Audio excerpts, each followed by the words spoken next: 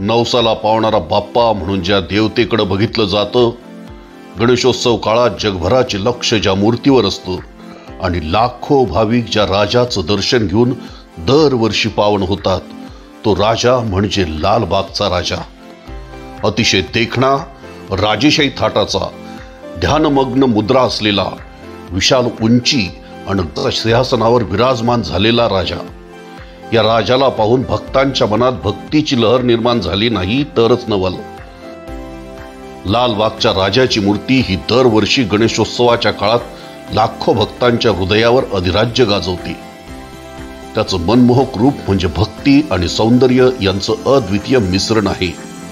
मुंबईतील सर्वात लोकप्रिय गणपती म्हणून ओळखल्या जाणाऱ्या या मूर्तीच्या दरवर्षीच्या स्वरूपात एक दिव्यता, भव्यता आणि आकर्षकता असते, जी दर्शन घेणाऱ्या प्रत्येकाच्या मनात अनन्यसाधारण स्थान निर्माण करते. गणपतीच्या चेहऱ्यावरील शांत, प्रसन्न भाव भक्तांना आकर्षित करतात. त्याच्या डोळ्यांमधील गूढतेतून आणि तल्लकतेतून असं प्रतीत होतं की तो भक्तांच्या मनातील इच्छा जाणतो आणि त्यांची पूर्णता करण्यासाठी तत्पर आहे. या मूर्तीच्या डोळ्यांमध्ये एक अद्वितीय तेज आहे, जे प्रत्येक भक्ताच्या मनाला स्पर्श करतं. त्याच्या चेहऱ्यावर कायमच दिसणारं सौम्य हास्य भक्तांमध्ये आश्वासनाची भावना निर्माण करतं की त्यांचे कष्ट आणि दुःख दूर होतील. लालबागचा राजा हा फक्त गणपतीचा उत्सव नाही, तर तो श्रद्धेचा एक अतूट दुवा आहे. मुंबईच्या सांस्कृतिक परंपरेचा तो आता अविभाज्य भाग बनला आहे. दरवर्षी या गणपतीच्या दर्शनासाठी लाखो भक्त गर्दी करतात. प्रत्येक जण आपली मनोकामना पूर्ण करण्यासाठी लालबागच्या राजाच्या चरणी नतमस्तक होतो. नवसाला पावणारा गणपती म्हणून प्रसिद्ध असलेला लालबागचा राजा लोकांच्या मनातील विशेष स्थान पटकावून आहे.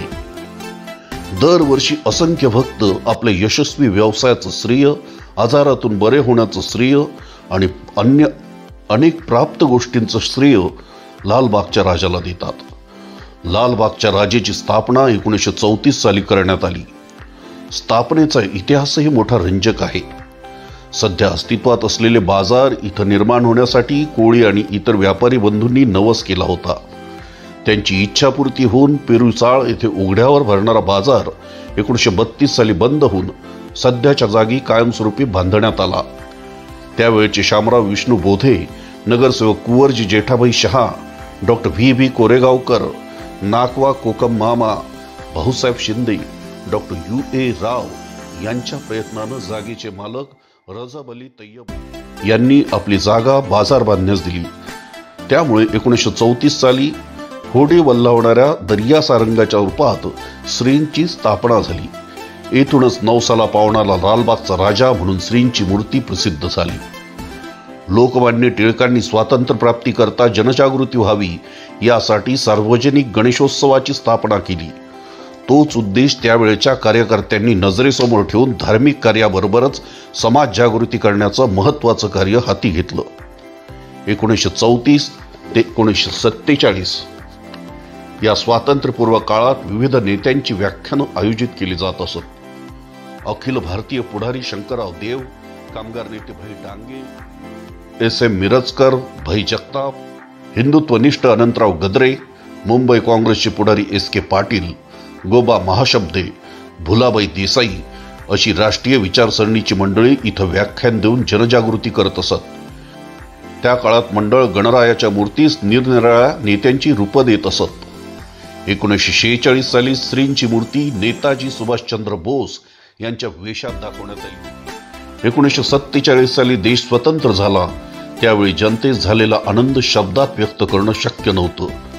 त्या वर्षी मंडळानं पंडित जवाहरलाल नेहरू यांच्या वेशात श्रींची मूर्ती बैलगाडीत विराजमान झालेली दाखवली.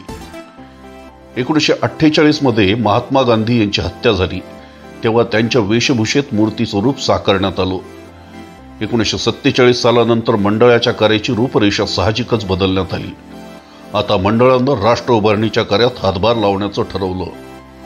मंडळाच्या शिल्की निधीतून कस्तुरबा फंड 1948 साली, महात्मा गांधी मेमोरियल फंड 1959 साली बिहार पूरग्रस्त निधीस आर्थिक मदत देऊन राष्ट्रीय कार्यात खारीचा वाटा उचलला.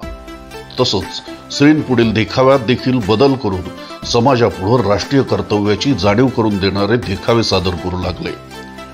1958 साली मंडळानं 25 वर्ष पूर्ण झाल्याबद्दल रौप्य महोत्सव साजरा केला. 1958 सालानंतर गणरायाच्या दर्शनासाठी येणाऱ्या भाविकांची रीक वाढतच चालली. उत्सवाला जत्रेचं स्वरूप प्राप्त झालं. 1948 ते 1968 या काळात मंडळानं काही चांगल्या प्रथा निर्माण केल्या. श्री सत्यनारायणाची महापूजा आणि त्याच दिवशी रात्री पानसुपारी समारंभ ही त्यापैकीच एक. या समारंभात समविचारी संस्था आणि विविध सार्वजनिक गणेशोत्सव मंडळ तसंच मंडळास मदत करण्यास तत्पर असलेल्या व्यक्तींचा आदर सत्कार करण्यात येतो. ही प्रथा आज तागायत चालू आहे. तसंच दर्शनोत्सुक भाविकांची व्यवस्था करण्यासाठी विविध मंडळांचं जागरण पद्धत सुरू केली. त्याच कालावधीत विभागातील गणेशोत्सव मंडळांबरोबरच कुंभारवाडा, दुर्गादेवी, डंकन रोड, नवी अमृतवाडी, कामटीपुरा, खेतवाडी या गणेशोत्सव मंडळांशी देखील जिव्हाळ्याचे संबंध प्रस्थापित केले. ते पुढे दृढ होत गेले आणि यापुढे आणखीन दृढ होत जातील याबद्दल शंकाच नाही. लालबागच्या राजाच्या मूर्तीचा साजशृंगार अत्यंत देखणा असतो. गणेशाच्या अंगावर असलेले दागिने, मुकुट, हार आणि काठा हा मूर्तीच्या राजेशाही थाटाला आणखीन उठावदार करतात. मुकुटावर चमकणारे रत्न आणि मोत्यांनी बनवलेले हार त्याच्या दिव्यतेचं प्रतीक आहे. त्याच्या गळ्यातील हारांची सजावट ही अतिशय खास असते, ज्यामध्ये अनेकदा सोनं, चांदी आणि अन्य मौल्यवान दागिन्यांचा वापर केला जातो. मूर्तीच्या अंगावर चढवलेले वस्त्रही अत्यंत सुबक आणि आकर्षक असतात, जे गणेशाच्या दिव्यतेला अधिकच गडद करतात. लालबागच्या राजाची मूर्ती म्हणजे केवळ एका शिल्पकृतीचं वर्णन नाही, तर ती एक भक्तांच्या भावना व्यक्त करणारी कला आहे. गणेशाच्या प्रत्येक अंगाची रचना अत्यंत समर्पक आणि सुबकपणे करण्यात आलेली असते.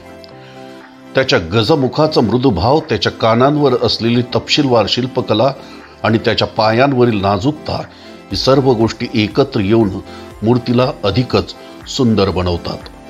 गणपतीच्या पायांजवळ नेहमीच त्यांचं वाहन असलेलं मूषक असतं, ज्याचं स्वरूप लहान पण अत्यंत तपशीलवार असतं. मूषकाचं गणपतीकडे पाहण्याचं भाव देखील शिल्पकारानं काळजीपूर्वक तयार केलेले असतात.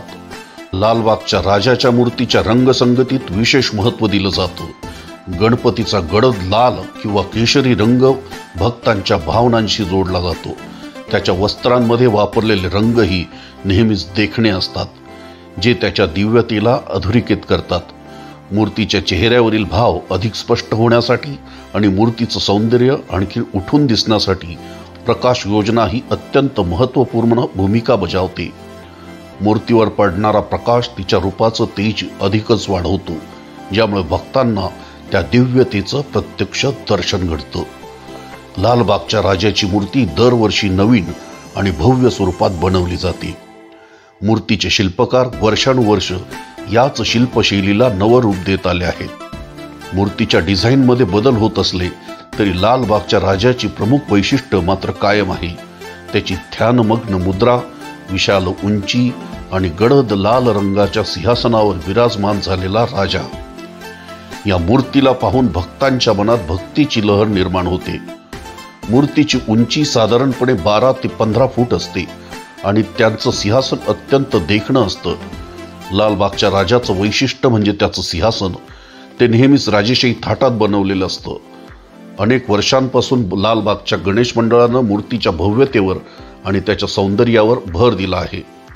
मूर्तीच्या चेहऱ्याचं भावविशेष हेही एक महत्त्वाचं वैशिष्ट्य आहे, ज्यामुळे गणपतीचं मनमोहक स्वरूप दरवर्षी अधिकाधिक लोकांना आकर्षित करतं. लालबागच्या राजाचं यंदाचं मुखदर्शन नुकतंच झालं. डोळे दिपवणारे असे लालबागच्या राजाचे रूप यंदा पाहायला मिळतंय. मरून रंगाच्या वेल्वेटच्या पितांबरामध्ये लालबागच्या राजाचं रूप अधिक मनमोहक ठरतंय. यावर्षी लालबागच्या राजाजवळ काशीनाथ विश्वनाथ मंदिराची संकल्पना साकारण्यात आली आहे.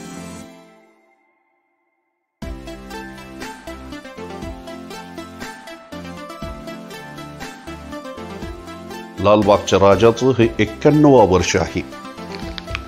अर्थात लालबागचा राजा हा केवळ गणपतीचा उत्सवाचा एक भाग नाही, तर तो श्रद्धा भक्ती आणि सामाजिक एकतेचं प्रतीक आहे. या गणपतीचा इतिहास, त्याची स्थापना आणि त्याच्या वाढत्या महत्त्वाचा आलेख हा मुंबईच्या सांस्कृतिक आणि धार्मिक इतिहासाचा एक अविभाज्य भाग आहे. समस्त भारतीयांची शान असलेल्या या लालबागच्या राजाला सप्रेम मराठीचा मानाचा नमस्कार. सप्रेम मराठी ब्युरो, मुंबई.